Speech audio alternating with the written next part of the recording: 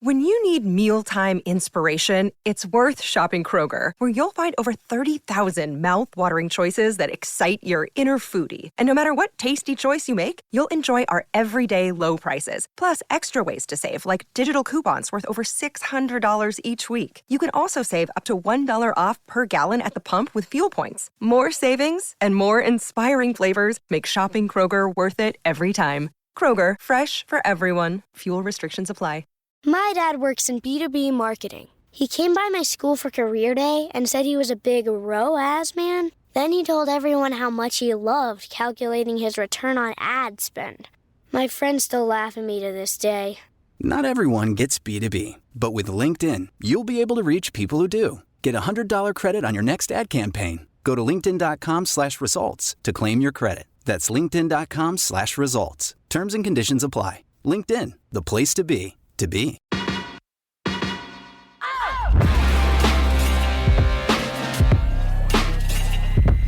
Hello and welcome to The Price of Music, the show that looks at the money behind the music industry with me, Steve Lamack, and Music Allies Head of Insight, Stuart Dredge. This week, another special guest joining us, someone who we've mentioned on the show before and has helped us out with a couple of stories to date. Martin Talbot, Chief Executive of the Official Charts Company, which is the organisation which compiles the top 40 that you hear on Radio 1 and the official album chart, which everyone references as well. We had Martin on a list of potential guests, and then he got bumped to the top after we received one or two questions from yourselves about the charts and chart rules, which he'll now attempt to answer for you. Martin, welcome to The Price of Music. Thank you very much for talking to us. We have a lot of questions for you, including one or two which were shaped by listeners. Although before we get to them, just briefly, can you give us just a little background about yourself and how you ended up at the Official Charts Company? Oh, well, that's probably the easiest question of all, really. Although also the kind of oddest in the sense that I'm a journalist by trade. I did local newspaper journalism, as you did, Steve. I did Harlow training course, went to work at the Hackney Gazette. From the Hackney Gazette, ended up as a reporter on Music Week, spent a bit of time at the NME, became the editor of Music Week eventually, and then just over 10 years ago, I had the opportunity to kind of segue into running a business. And, and I'd spent most of my life as a journalist, and you kind of look towards, what your next step is going to be. And I think when you're an editor of a magazine, one of the options is you become a publisher or something like that. And this is not dissimilar actually to publishing a magazine in the sense that it's all about generating content and then monetizing it. So that's my route in. I mean, I must admit, when I was growing up and I was at school and I was doing maths and stats and English and history, and I became a journalist, I did wonder what on earth was that stats A-level all about. And actually now it's kind of all coming to its own. It's now important. Although if you spoke to my operations director, he would say that I have no idea about statistics. So that's another matter entirely, probably. And you can be honest here, but were you a chart fan in your youth? Was the top 40 part of your musical story as a fan? And here's the other thing, do you get excited yourself when the charts unveiled? Because I guess you must be one of the first to see it every week. Is Friday the most exciting day in the office, the one day everyone wants to go in? Well, it is an exciting day, but we're really lucky because we see the chart kind of building up through the week. So and a bit like being on a weekly newspaper as well. It's a bit of a sausage machine. So you publish a chart on a Friday and you're immediately starting to think about next week's chart. So on Saturday, we're getting the first nod as to what's going to happen the following Friday already. So to that extent, the whole week's exciting. I mean, actually what's exciting is, in weeks where there's a really exciting chart race, and that does tend to happen a lot, particularly in the albums chart. When there's a really exciting chart race, we're kind of on tenterhooks on a Friday morning waiting to find out what actually has happened. And it's of course it's exciting because you're kind of at the cutting edge of this kind of incredible cultural barometer of what we do as a nation, what we're listening to musically, week in, week out. This week's really a really good example. We've got Charlie XCX is potentially, I can't say she's definitely going to be, but Charlie XCX, is potentially going to have number one single at the end of this week with Guess. And she's currently leading the way, and she's been at the kind of center of culture over recent weeks. What with the Kamala Harris campaign and Brat being so much part of what's going on there, and also we've got a possible number one with Chapel Rowan as well in the albums chart. So lots of change this week, and that's really exciting as well. I think when we get change week in, week out, we're always waiting day in, day out to see how it all pans out. Can we do some nuts and bolts first? Simply this, which is how is the chart compiled? And where does the data come from? Is it shops? Is it streaming services? A mixture of the two? How does it work? Is it very complicated? I can see you smiling in a kind of you really don't know what you've just asked there. No. Do you know what? It's all of the above, really. I always think that what we do and what the chart is all about is it's a bit like the weather forecast. Everybody knows it exists, but they don't really understand or can see or are aware of quite what happens behind the scenes to make it all work. And I suppose the official charts company, as an organisation, we are the people in white coats who do all the number crunching, and we're collecting data day in, day out. So to answer your question, is it streaming? Is it vinyl sales? Is it CD sales? Yes, it's everything. So in the singles and albums market, now is 99.8% streaming these days. It's almost entirely streaming, which when you think that, just back in 2012 was the biggest year of single sales of all time in the history of the UK, the UK industry, and that was all driven by downloads. The change in such a short period of time has been incredible. But then on the albums market, it is very much streaming is dominant. But what you're also finding is that for the first time in quite some time, actually this year, physical album sales are up year on year. Primarily driven by vinyl, which is now a really significant part of the market. About 25% of all physical sales are now vinyl, and we collect all of that. So in the streaming market, we say we have about 99.8% of the market we capture, and the albums market, it's about 98%, because there's little bits and pieces that it's impossible to capture. We can't capture every single piece of vinyl that's sold in every single gig across the country, for instance. And these days, more and more, we're going into into venues and you're able to buy the record by the band you've just seen. So we can't capture absolutely everything, but in comparison to most other market research tools, this is, very, very rare to have a survey like this, which is a full count. It's not like we take 10% of the market, then extrapolate it up. If you think about things like, I don't want to diss the opposition in other sectors, but if you think about the Ray Charles, for instance, or the ABCs, or Barb, the TV audience, they're all based on people filling in diaries based on what they can remember they've just seen, and then that small sample is massively extrapolated up. We're a total count, and I think it's I would say this, wouldn't I? But it's a kind of a very British success story that we have. Probably the most comprehensive and high quality chart, music chart anywhere in the world. The US really is the only one that comes close. And we're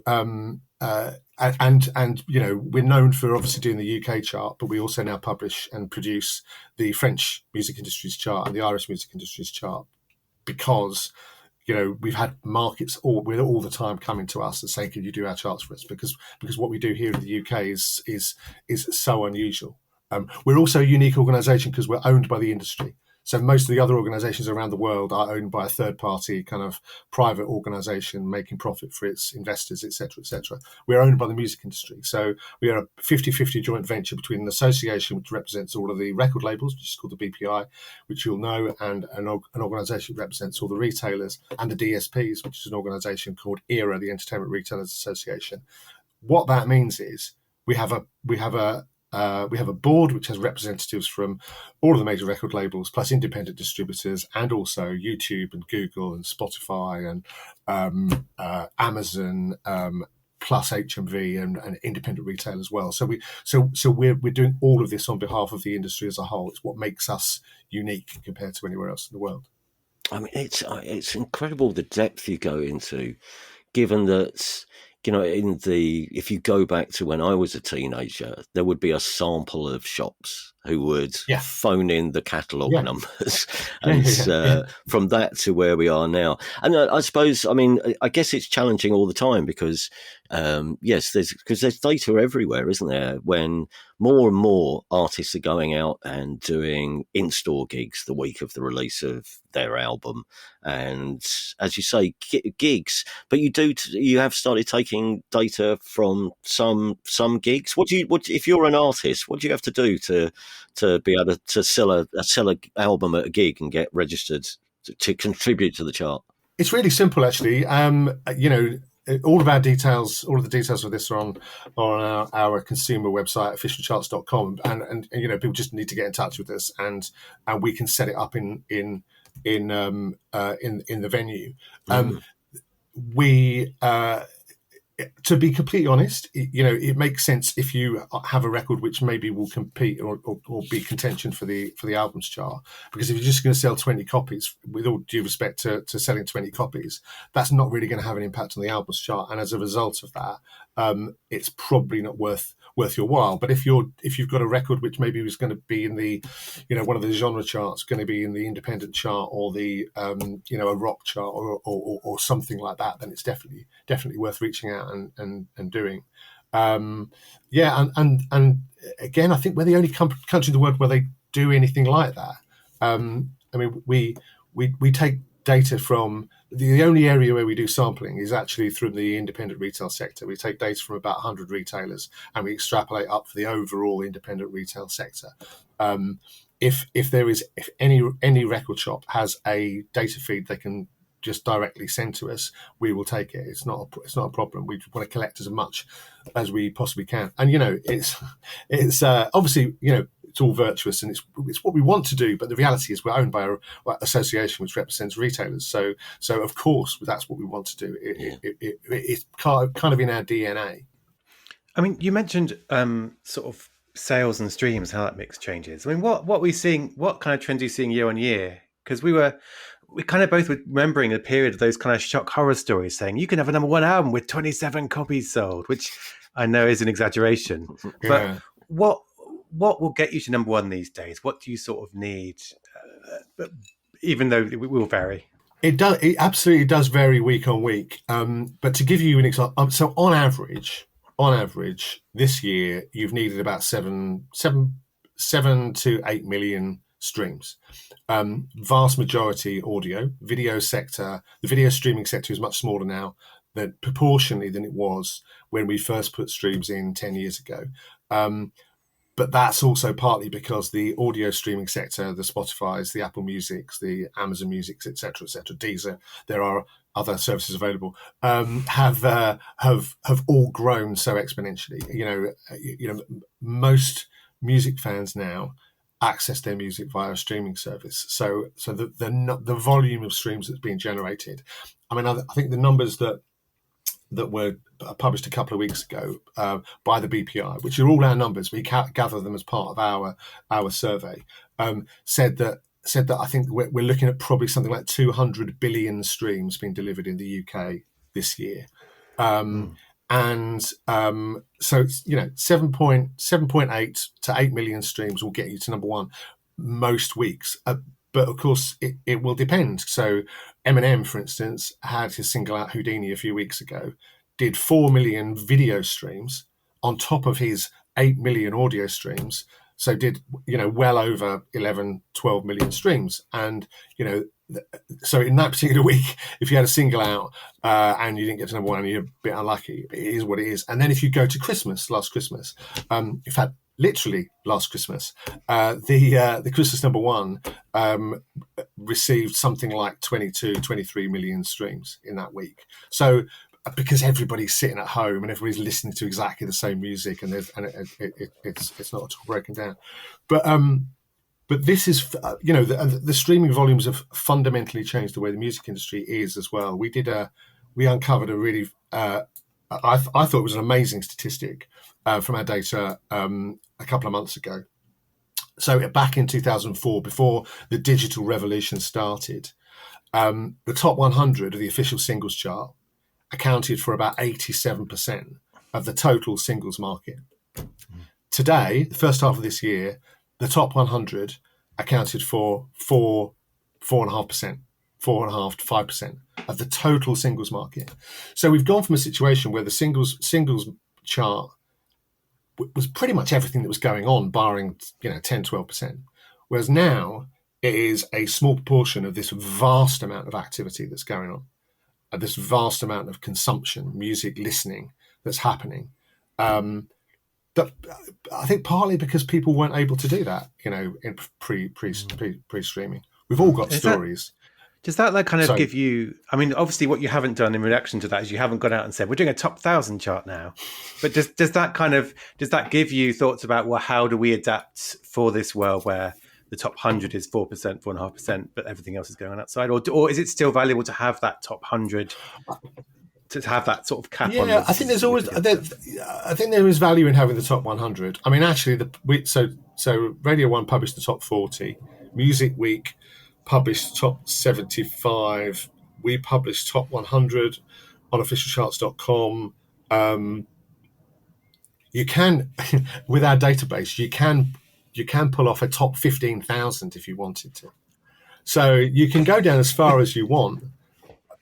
Yeah, exactly. In with the bullet at number 564.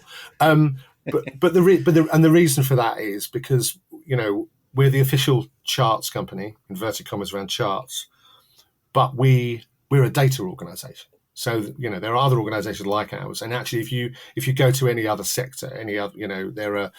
If you're a company which specialises in selling white goods or confectionery, there will be an organisation like ours that will provide you with data that will tell you whether the latest Zanussi freezer is the best seller in a given period of time, or Curly Whirly is the most popular confectionery, or whatever. That every single sector has this data, and we plunder it all the time because there's so much interest in it, and because it's so interesting, So that, to answer your question, there is still a value in that top 40, 75, 100, top 10, number one.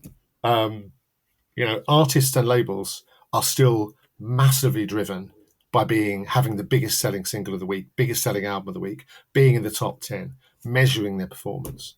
It still does mean something to them. And we're going to talk about some of the changes. I mean, I guess downloads was the first big change in digital world, wasn't it? Then streaming. But what have been, in your opinion, the big impacts of downloads and then streaming in terms of how the charts work, what's happening, what kind of trends you're seeing within it? Because which is a big question, I know. Yeah, I think all of this happened. I mean, the massive changes we've seen within the music industry started with digital. In my view, didn't start with streaming; they started with downloading, and fundamentally, the difference was that everything's available. The download era, when the download era kind of began, essentially what it did was it opened up, the entire catalogue of musical history for people to access at their fingertips, instantly available. The kind of friction that you would see, to use a kind of horrible kind of technical term, but the kind of friction that you would see from somebody listening to a record for the first time, going to the record shop, hoping that a record shop had it, making the journey, probably doing it the following day rather than right at that moment, actually having the money in your pocket, paying for it, getting it home, playing it and everything else. All of that went. from the moment that you could basically pick up your phone and download a track or an album instantly. I remember when Michael Jackson passed away, and I remember sitting on my sofa, listening to all the stuff that was on the TV, and just downloading off the wall and downloading various different tracks, and just and that was a fundamental change. And the other thing as well is we shouldn't overlook the drunken purchase as well. So it's very easy now. It was very easy then as well to find yourself in a pub, hear something on the radio, hear something on a jukebox, Shazam it, identify what it was, buy it on your way home, 99p, don't even think about it. Forget about it until the following day and you suddenly realise you've got a track that you bought on your phone that you didn't, not really sure what it was.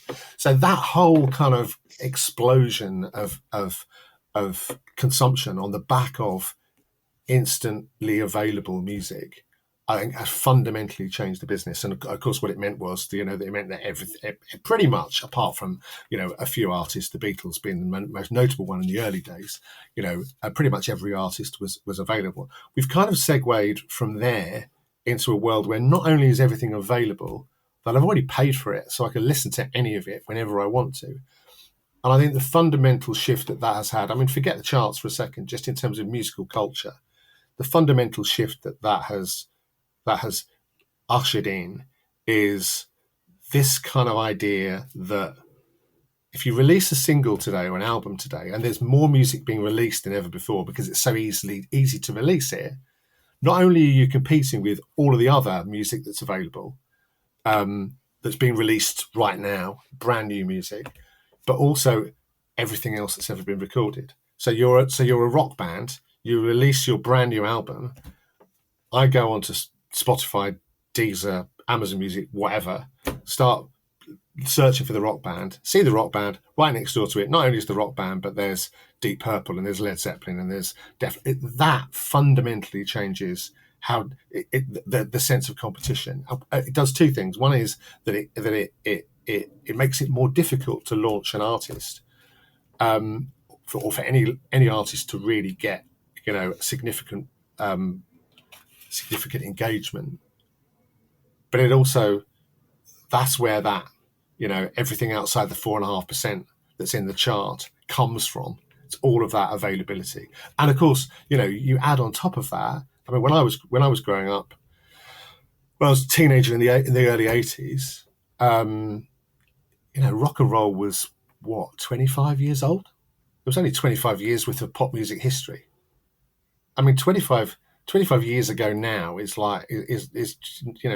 barely the millennium, and that's the equivalent for me in the early 80s of Bill Haley and the Comets. Everything has become, we're so much more aware of and have access to so much more music. I often say when people talk about this, and often people get sniffy about popular music of the day and et cetera, et cetera. I often kind of point out the fact that actually this generation is the most musically literate generation in history, because they have access to everything. They don't just have to listen to the one David Bowie album they could find in their local record shop. They can listen to everything he's ever recorded. If they discover him today, it's all there. So they learn a lot more about music. They're much more aware of music. Want a website with unmatched power, speed, and control? Try Bluehost Cloud, the new web hosting plan from Bluehost, built for WordPress creators by WordPress experts. With 100% uptime, incredible load times, and 24/7 WordPress priority support, your site will be lightning fast with global reach. And with Bluehost Cloud, your sites can handle surges in traffic no matter how big. Plus, you automatically get daily backups and world-class security. Get started now at Bluehost.com. When you need mealtime inspiration, it's worth shopping Kroger, where you'll find over 30,000 mouth-watering choices that excite your inner foodie. And no matter what tasty choice you make, you'll enjoy our everyday low prices, plus extra ways to save, like digital coupons worth over $600 each week. You can also save up to $1 off per gallon at the pump with fuel points. More savings and more inspiring flavors make shopping Kroger worth it every time. Kroger, fresh for everyone. Fuel restrictions apply. Because I think there've been these stories coming up. Like I remember there was a Killers one recently about the Killers track that has been. There was another. I think in the earlier days when you would suddenly see loads of Drake songs in the top of the charts, which is something that didn't happen when I grew up. You'd have one single out at a time. Like, it feels like there were these different things that are happening as a result of streaming being it that do make the charts, I guess, a different beast. You can suddenly, that it would have been in the days when it was just a metric of sales of stuff that had not been deleted yet. Yeah, I mean, and there's no doubting it. It is a different beast. It has changed. It has evolved. I mean, it's always evolved. I mean, Steve, you're talking about the days when the chart company used to call up the record shops and they would read out the catalog numbers and the volumes and stuff. When the chart first started, it was one bloke, in an office above, an office above a shop, calling around 20 record shops in 1952. I say some bloke. It was actually Percy Dickens, who oddly enough is get this right, I think he's the grandfather of Adele's manager, and also the father of a guy called Rob Dickens, who had discovered Enya and launched Believe by Cher and all of that kind of stuff. So yeah, it's part of a lineage. But yeah, it goes back to it's always been changing, and it will continue to do so, I guess. And at different times, the chart's been faster. It's become slower. It depends, which period you're talking about. But I remember when streaming first came in, looking at some of the data and seeing that, because we were looking to see what the impact of streaming might be, because we could overlay it into the chart and see how it might kind of slow the chart down. And it was clear that it was going to slow the chart down a little bit. But 10 years before that, the singles chart had literally turned 25% of it turned over every single week, which meant it was incredibly fast. So it's always changed and always shifted, and we're just in a different period now as well. And I remember the days of Bryan Adams' Wet, Wet, Wet. Like, the idea of things staying at number one for weeks and weeks and weeks isn't a streaming thing. We wanted to ask about physical music because I guess there's been this resurgence in vinyl, and one thing we've been asked about quite a few times, haven't we, Steve, by listeners, is this idea of when you see someone release an album with 17 different vinyl variants. I'm mainly exaggerating, but not always. And the question to which some of this stuff around physical music and putting out lots of different versions of the album is about what you were saying about labels do want to be top of the charts, bands do. But where do you stand on that? Are you seeing some of the physical music revival and variants? Do you think that's with the charts in mind? Are you having to kind of adapt to that and understand what's right and what's... Yes and no. I mean, the last 2 or 3 years, I mean, things haven't really kind of shifted much. It's been like this for a while. Since the resurgence in vinyl sales, which is what, now 10 years ago, something like that. And what one of the things that's come with the resurgence in vinyl sales is a resurgence in independent retail as well, and also a resurgence or a surgence of direct to consumer. So artists having their own websites and selling directly, and that had both that direct to consumer and also home delivery from independent retailers had a real boost through COVID, because obviously people couldn't go to record shops. We do have rules in place. What we don't want people to be able to do, don't want labels to be able to do, is to bundle something in with an album, which kind of forces them to buy an album they don't really want. So there's been a long ongoing conversation around ticket sales and whether tickets can be bundled in with albums. And we always say that there's a term called baked in. So we will not stand for baked in packages. And what I mean by baked in is that you can only buy the ticket if you also have the album. And if you imagine, there'll be lots of artists. And we've been lobbied by fairly big American artists coming in to see us, or their management companies rather, coming in to see us and saying, why can't we do this? Because we've been doing this in the States. I think the States have now clamped down that you can't do it over there either. But there are artists who don't sell albums now, but can sell out multiple stadiums, and we don't want the stadium sales to be counted towards the albums chart. So that's really strict. So so we make sure that anything that is bundled together. So you go onto someone's website and you can buy a different color, a pink vinyl or a yellow vinyl or a green vinyl, and you can bundle it with a T-shirt or whatever. As long as everything is available separately, we don't have a problem with that per se. I mean, one of the reasons why it works for the industry and why labels do it, there's two reasons why they do it. One is because they would like potentially to get certain fans to be buying more than one copy. Absolutely, would not shy away from that. That is what happens, or at least is what they want to have happen. It is a very, very small minority of fans who do that, though. I mean, the reality is that if there's any sense that an artist X might put on sale, I don't know. Yes, I think you said 17 formats. Put 17 formats out, and that there's 1,000 fans buying each of those 17 formats, therefore making 17,000. That's not what happens. And we do have access to data which allows us to compare customer numbers, so the number of customers who've engaged, and the number of titles, the number of products. So that if there was a massive they were hugely out of sync, and we could see that there was a lot of multiple purchasing going on, then we'd be able to take action. And we do take action constantly. If people go into record shops and they buy multiple copies, we can also see that, and it's reported through to us. So we have really, really complex algorithms which are kind of analysing the data. So to that extent, it's not as big a problem as people might think it is, that multiple purchase thing, because we do things about it, and actually there's only a certain number of people who'd be wanting to buy multiple copies of an album in any case. And the other thing is, there are often multiple coloured vinyl products, because the label wants to provide, or the artist wants to provide, a limited edition version to independent retail and for their own D2C. Sometimes, HMV and Rough Trade and Resident and Crash and various other retailers will have different coloured vinyls as a special for them. And fundamentally, people are buying the music. If they weren't buying the music, then we'd have more of an issue with it. Be absolutely clear. This is this whole concept, this whole idea of kind of policing the chart and policing the data we're getting is something we take very, very seriously. And occasionally you'll hear some crazy stories. I remember hearing a story a while ago, a few years ago, but where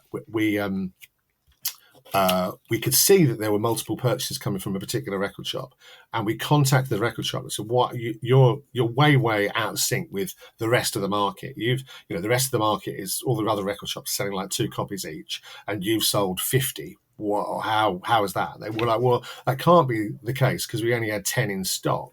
What happened was the manager of the artist had gone in, bought 10 copies, gone out again, taken them back in, and bought them again 5 times. So people will do things like this, and because it means a lot to them. They want to get the highest chart position they can possibly get, and it's really important that and we take it very seriously. It's really important that we're vigilant to make sure that those things don't skew the chart. That reminds me of that story of somebody from a quite well known sort of large an independent record label who had an album out by their star artist and was thrown out of the HMV shop for going and putting their artist at the front of all the racks. Every single letter. I mean, yeah.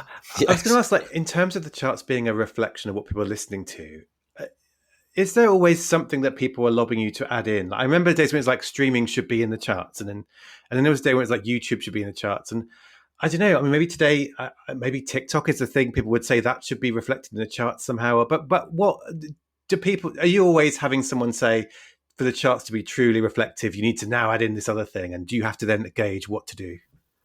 Always. I mean, and it's an ongoing process. It's and this is partly a function of our ownership. It's our responsibility to make sure that the chart is continually keeping up to speed and up to date. And the great thing we have is we have an ongoing focus group of people who are kind of feeding back into this.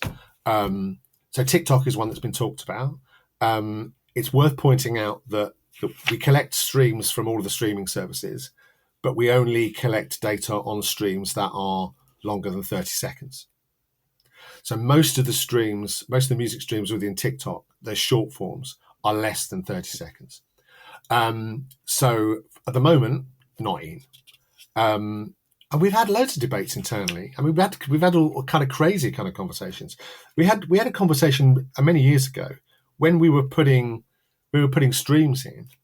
We had a conversation about jukebox plays, because if you think about it, a play through a streaming service, maybe a penny is coming back per stream, whereas with a jukebox play, that's costing me a 50p a play, or £1 for 3 plays. I don't know what the rate is these days, but you know what I mean. The revenue that's been generated from that is far higher, and actually, it's an on-demand listen. So why not? Now, in the we kind of came to our senses and thought that actually that's not necessarily what we should be doing. But of course, always looking at those things. I'm not sure. I have to say, I'm not sure what's next. I mean, I think we've seen so much change in the industry over the last 20 years. As I said, with downloading followed by streams, the digital revolution was so significant. As I said. The streaming revolution, which came along, that really kind of ratcheted that up and has changed things again. I mean, who knows how things are going to evolve? Because who would have guessed 10 years ago that we would be sitting here and vinyl would be accounting for 25% of the physical market and in massive growth? I mean, it's literally, trebled, quadrupled in size, that market, just in terms of volume, in terms of units sold, over a kind of 6-7 year period. But always on the lookout, always monitoring that. It is part of it. It's a fundamental part of the job. And I suppose one of the things that you have to do is balance out what everything's worth in terms of how much it impacts on the chart and on the data.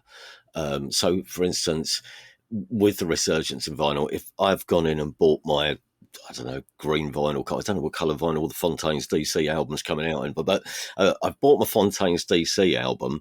How many streams does that? How many times would I have to listen to tracks from the Fontaines album? Or how many streams equals an album sale?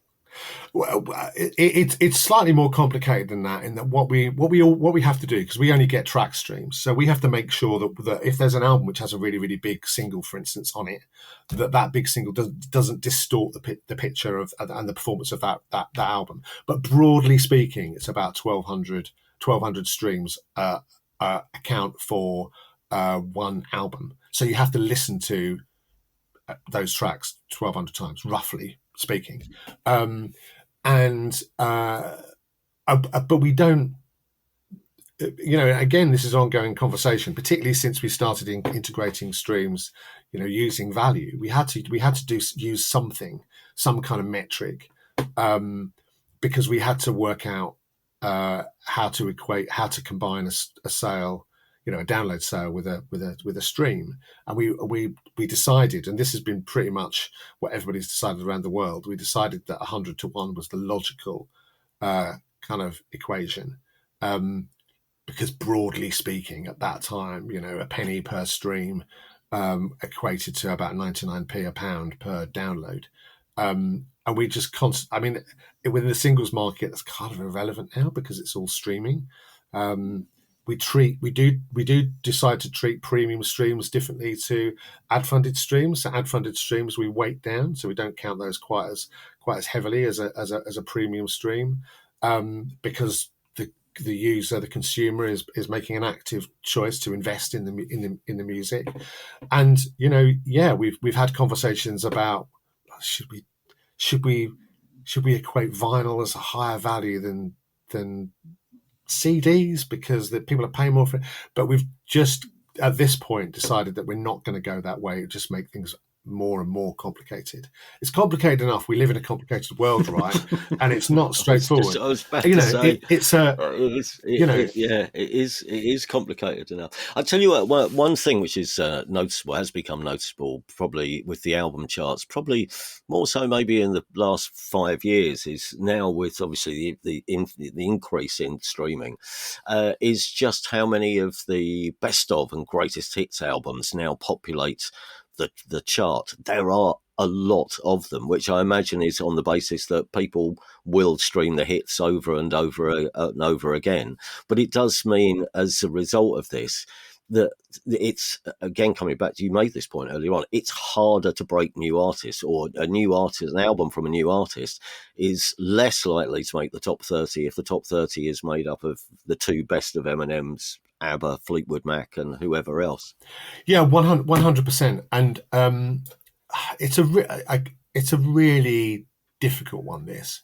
I mean, greatest hits. I mean, the reality is, as I said, because of the nature of the market and all the music that is now available, and the fact that we're appealing to a wider audience of people. And let's not forget, anybody over the age of 70 was born in the rock and roll era, right? So, you talk to somebody who's in their 70s or in their 80s, and they'll be like, oh, I know about pop music. You didn't have that 20 years ago, 30 years ago. And they're all listening to stuff. I mean, during lockdown, we gave my mother-in-law one of those, I won't advertise it for them, but one of those devices that you can speak to and it plays the music back at you. And it massively opened up for her a whole world of music. She wanted to, we taught her how to say, device of choice, please play me Queen, or please play me Mario Lanza, or please play me Roy Orbison, and she could listen to loads of it. Now there's a lot more consumption that's going on like that, which is then feeding into the overall survey. Now, we're not seeing Mario Lanza at the top of the chart or Roy Orbison particularly, but what we are seeing is those really, really successful, powerful greatest hits like Elton John's Diamonds, or ABBA Gold, or Queen greatest hits, but also really classic albums as well that people just seem to constantly play, like Rumours, just appearing at the top there. And yes, you're right. I mean, it's a challenge. It's a real challenge. For us to surface, new music. But therein lies the kind of challenge within creating the charts, right? The reality is that the charts, all the charts, are designed to be kind of market research tools. So to be a representation of what is happening, but also to be a promotional vehicle for the records and the artists who are in those charts. Now, for 50 odd years, until downloading and streaming came along, but streaming in particular, 50 odd years, those two things worked in absolute sync. So if it was if you're basically measuring the most popular, the biggest selling singles, most biggest selling albums, those things also happen to be the hottest new records.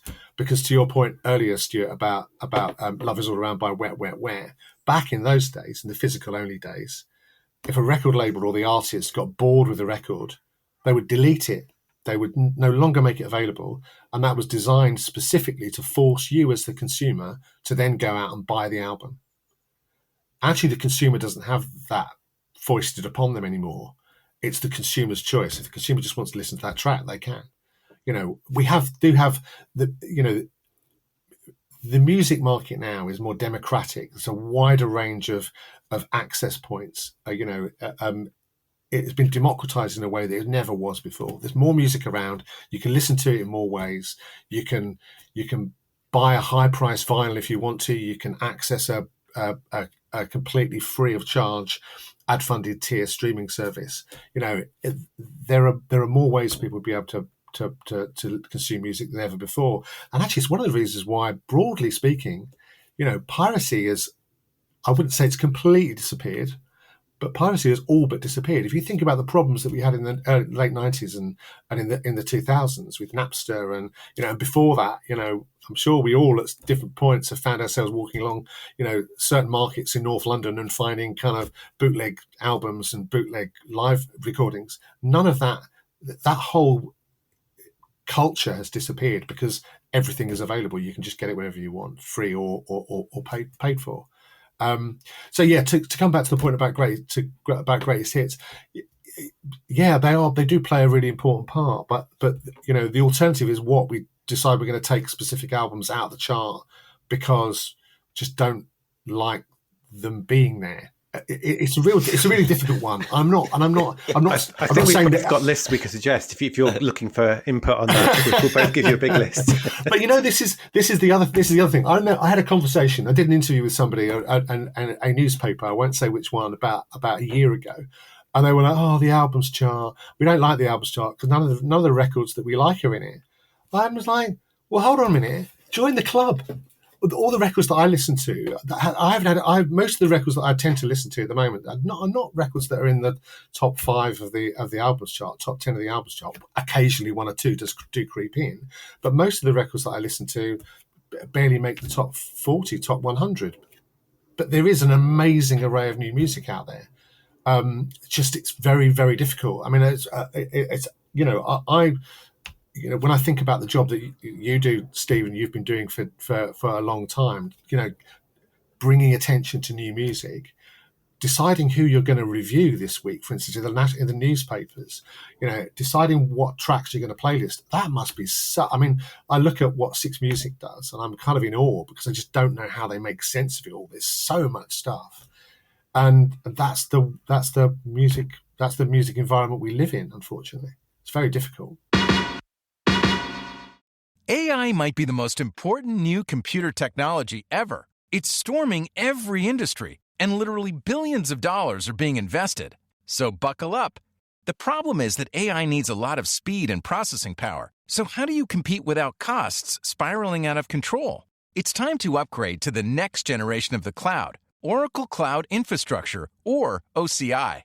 OCI is a single platform for your infrastructure, database, application development, and AI needs. OCI has 4 to 8 times the bandwidth of other clouds, offers one consistent price instead of variable regional pricing, and of course, nobody does data better than Oracle. So now you can train your AI models at twice the speed and less than half the cost of other clouds. If you want to do more and spend less, like Uber, 8x8, and Databricks Mosaic, take a free test drive of OCI at oracle.com/insights. That's oracle.com/insights.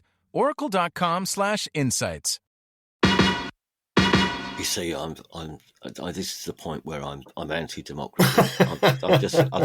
I'm getting rid of all the greatest hits over a certain vintage. They're all going so that we've got, when it comes, the Man Woman Chainsaw album will be top 40 instead. I mean, it is, as you say, it's kind of, but it is a result, I suppose, of the fact that it's a kind of fairer reflection of actually what, everyone in the country is listening to, and more people are listening to music through streaming. What is interesting is, having listened to you talk about, all the data points, all the information that comes in, you could come up with 100 different charts if someone paid you for them. If we came to you and said, in the same way that you can now build a playlist for yourself, if we said we would like a weekly top 20 of, I don't know, yacht rock bands or bands from Camden, or we would like, and I imagine also there must be really interesting things you can do with the data in different parts of the country and everything. Can you just access all this, or could you come up with a chart just off what you've got? Yes, I mean the answer is yes. I mean the only caveat to that is we can only our database goes back to 1994, so it has this. We've collected everything; it's all there. So if you wanted to work out, for instance, what was the biggest selling song with love in the title in the 15th week of 1998, we could pull that out. Or the 2000th biggest selling song with love in the, as long as we had enough songs and we could tag it all. I mean, it takes some time, but yeah, and we have those requests all the time, and we're constantly doing charts for the BBC, for Radio 1, for Radio 2, where they're coming to us and they're asking, on top of the top 40, which is announced on Friday on Radio 1, they're coming to us with bespoke charts, requests, Around National Album Day, we always do stuff for Radio 2. I think it's National Album Day this year. I don't think it's giving too much away. It's all about groups. So we're doing a list of the most popular groups of all time based on the charts. But yeah, we can do all of that stuff. We can also pinpoint, the biggest selling physical albums in August 2001, for instance, or something like that. I mean, we've got all of that on all of that database, and occasionally we will get people coming to us from, we do the Afrobeats chart, so that's an Afrobeats singles chart. And we had a company called Afro Nation, a festival organisation, who came to us and said, we'd like you to compile this every week, and because we would like to kind of promote Afrobeats. And they help us decide and make sure that we're correct in our genre coding, so that we're absolutely on the button in terms of what's Afrobeats and what isn't Afrobeats, because different people have different attitudes towards those things. So we kind of get all that and we create that chart for them. But yeah, we can do any of those things, and that's one of the most fun things that we do. Actually, is trying to pull those things together. That's brilliant. In general, so looking ahead, we don't know what's going to change or what's going to come next, but with obviously the backing of the music industry behind you, it's the chart is still important and relevant, and it'll tell you what you want it to tell you, I suppose. It's the the chart is doing what it has always done, which is that it's trying to make sense of the noise. Essentially, there's a huge amount of consumption activity that's happening out there. So I hate the word consumption. There's a huge amount of music being listened to in the UK, and what we're doing is we are trying to make sense of that by identifying those records that are those tracks and those albums that are surfacing. And the thing that we're really proud of is that this is a lineage that goes back over 70 years. So if you the official singles chart since 1952 has been documenting the kind of musical culture of the nation, and it will continue to do so. Charlie XCX going to number one this week, if she goes to number one, will be the latest step in that. I think the other really important thing for us is that this still means a lot to artists. It still means a lot to labels.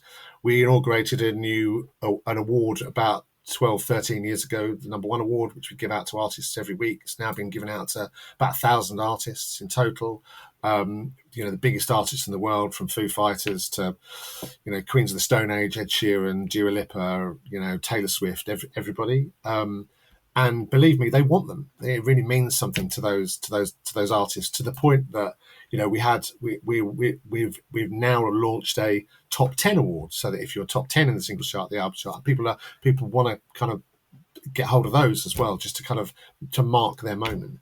I think for a lot of artists, they spend months and months, years and years, in a darkened room, poring over a keyboard or a piece of paper and a pen, and they're carving out this piece of music, this recording. They put it out into the ether, and the charts are the only way that